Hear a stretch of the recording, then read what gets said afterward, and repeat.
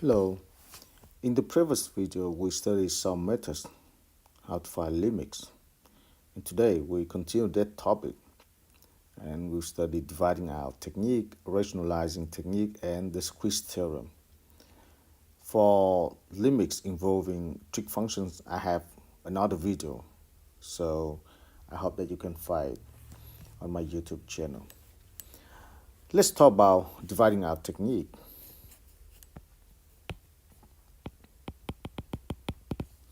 Let's consider the following limit. Limit of x squared plus x minus 6 over x plus 3 when x approaches negative 3. Actually, we already considered some problem, a similar problem, right, in the first video. And let me recall the key principle, right, when you need to find limit. You have number right here. The first thing you need to do is just plug this number into the function. When you plug this number into the function, you get 3 squared plus 3 minus 6 over 3, negative 3, sorry. Here I have negative 3 plus 3. So you have 0 over 0. What does mean 0 over 0? That means this point is the common 0 for the top and the bottom parts, right? Common 0. That means you can factor, okay? So you can factor that, okay? So let's factor them out, and then we see we have limit of, on the top I have x plus 3, right? I will not do long divisioning here. I will just try to teach you to do division very shortly, okay? Easily and shortly, okay? Anyway, we have x, right? So we know negative 3 is 1 0 of this part, so I can factor that. In the denominator, I have x plus 3, x approaches negative 3. So I need to find this part. It's pretty easy. Look at this. So you have x squared right here, right? Here you have x. That means in order to get x squared, I need x in here. Does that make sense? Because, you multiply x with the x. You get x squared. And here, since we have quadratic polynomial in this case, right? So after x, I will move to free coefficient because, x is linear, and then lower than that, it's just free coefficient, right? X to 0. So I will look at this free coefficient, negative 6, and here I have 3. In order to get negative 6 from 3, I need to multiply with negative 2. That's it. So right now, I can simplify this, right? I can simplify this. I repeat again, right? We can simplify y. Given that, at x equal to negative 3, we have 0, 0. But in this case, we can simplify because when we study limits, that means we study, that value, right? The function value around negative 3. That means x is not negative 3. X approaches negative 3 only. Don't forget this. This is different to x equal to negative 3. Okay? This is not x equal to negative 3. So when x is not negative 3, x plus 3 is not 0. Don't forget that. I write here because x plus 3 is not 0. Okay? So we can simplify that. And then we got a limit of x minus 2 when x approaches negative 3. And now, again, right? After that step, you just plug negative 3 into the function. If you get a finite number, you are good. If not, you need to continue, right? So in this case, I get negative 3 minus 2, which is negative 5. This is a finite number, so that is our limit. Okay, that is what we see dividing out technique. That means if you have fractional function, okay, so I can point out in here. That works for functions like this, px over qx, where px and qx are polynomials, right? Polynomials that have at least one common zero. At least one common zero. And I think the common zero, right? The common zero, that is the point where we need to consider limit, okay? Otherwise, that common zero is useless.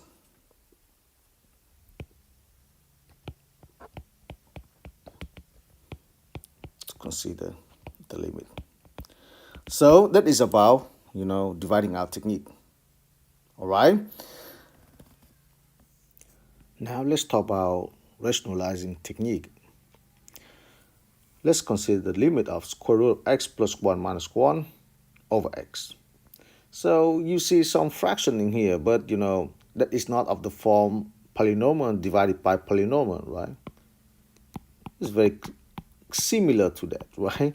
But not exactly what we just considered in the previous example. But it's fine. Again, you have 0 right here. You plug 0 into the function. You got 0 plus 1 minus 1 over 0. And that is 0 over 0. Okay, so 0 over 0.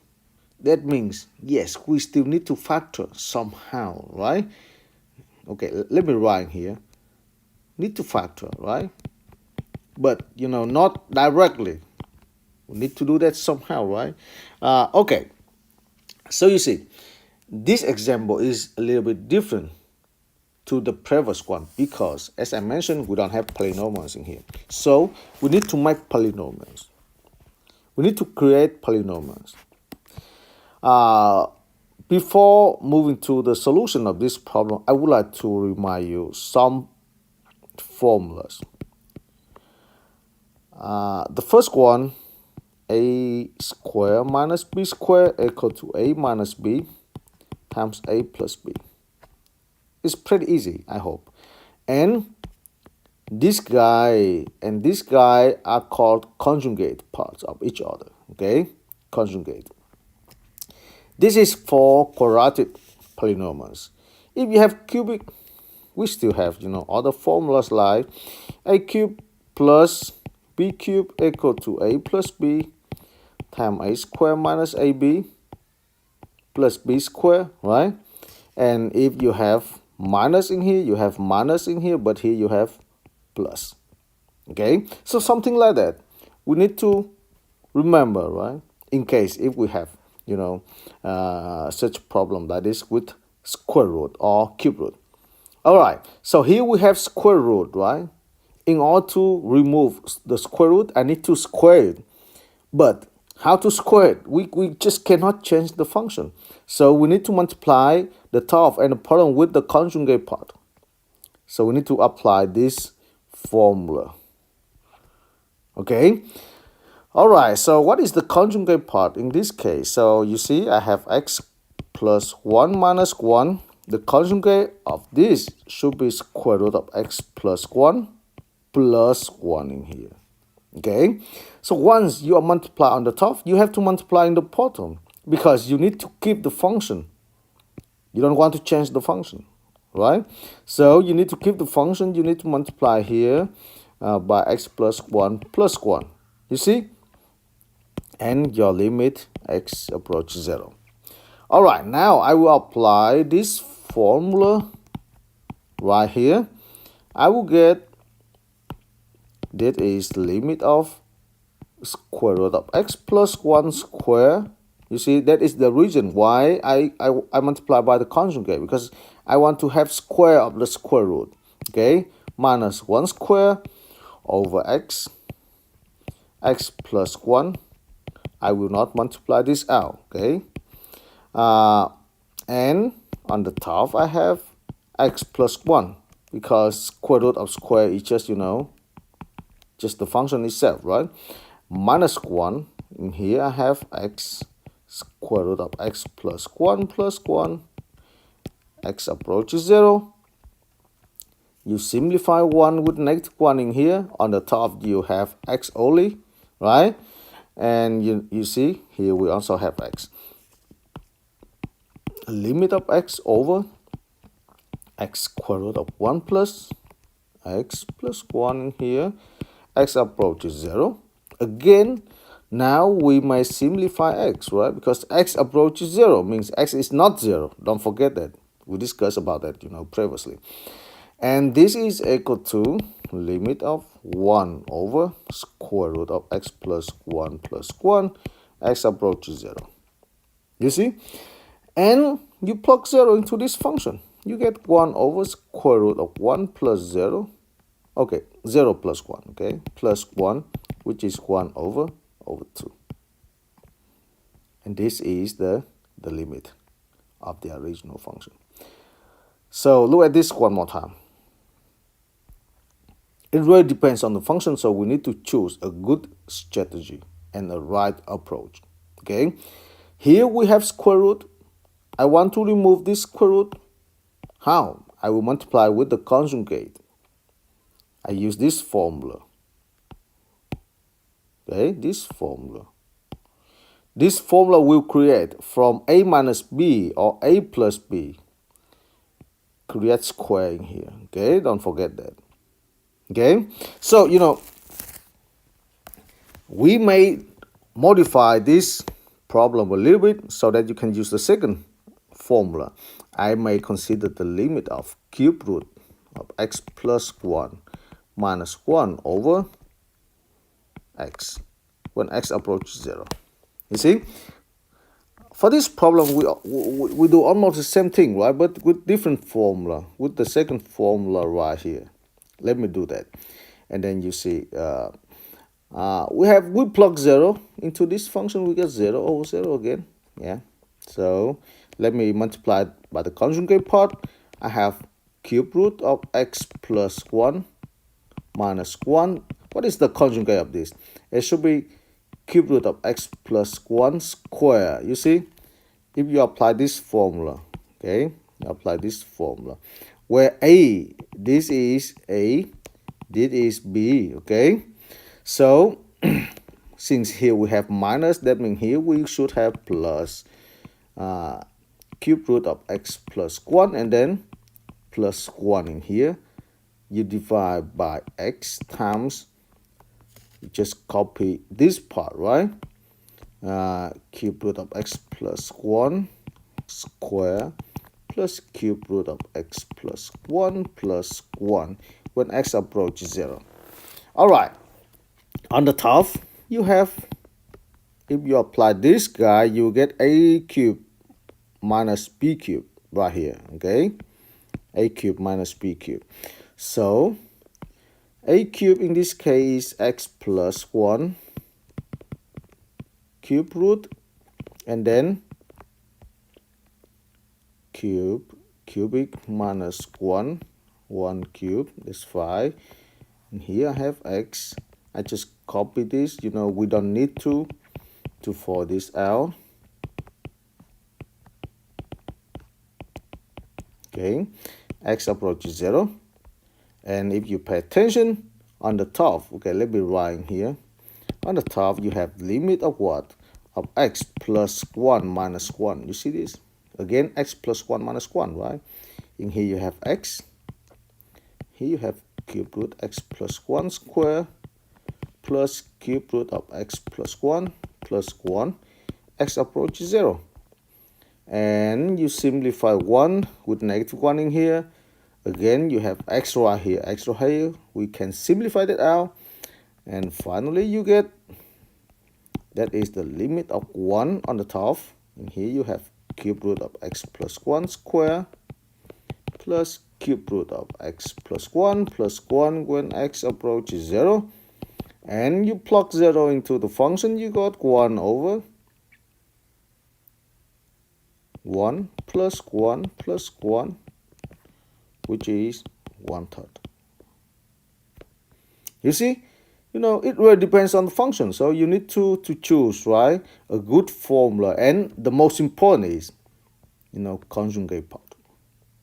All right, I think that is the most important in this technique. The last technique for today is the squeeze theorem. I'll tell you, this is very interesting, very easy theorem to understand, but very difficult to apply. Anyway, I will introduce this theorem and then we consider one simple example, okay? And then we finish today's lecture. So, if you look at this picture, we have three functions, g, f, and h, okay? And we consider, these three functions at some point c. It's obvious, visually that we can see, yeah, actually hx less than or equal to fx less than or equal to gx, right? Because, the graph of gx is higher than fx and fx is higher than hx. Means fx is in between, right? Between gx and hx. All right, and we know that, the limit of the functions hx and gx at c is x, right? Is x and equal to L. That means, two graphs, g of x and h of x, intersect, right? At that point, at x equal to c. You see, because g is bigger than or equal to h, right? And they have the same limit at that point. That means, the graphs just intersect. Or even in this case, they tangent, right? To each other. All right, and then if the upper bound and the lower bound have the same limit at that point, so the function f of x should have the same limit at that point. That's it. That is the geometry of this theorem. Okay, so let's consider the following example. We have c equal to 0, okay, and we have function f of x greater than or equal to 4 minus x squared less than or equal to 4 plus x squared. All right, we don't know the function, but we know the lower bound and the upper bound, okay, on some interval, and we need to find the limit of this function at c equal to 0. So I need to find the limit of f of x when x approaches 0. Okay, right now you can see that actually, this is, let's say this is h of x and this is g of x, right? And we see that h of x and g of x are polynomials, right? Are quadratic polynomials, and the limit of 4 minus x squared at 0 is equal to 4 minus 0 squared equal to 4. The limit of gx, which is 4 plus x squared when x approaches 0, equal to 4 plus 0 squared equal to 4. So, g of x and h of x have the same limit, right? By the squeeze theorem,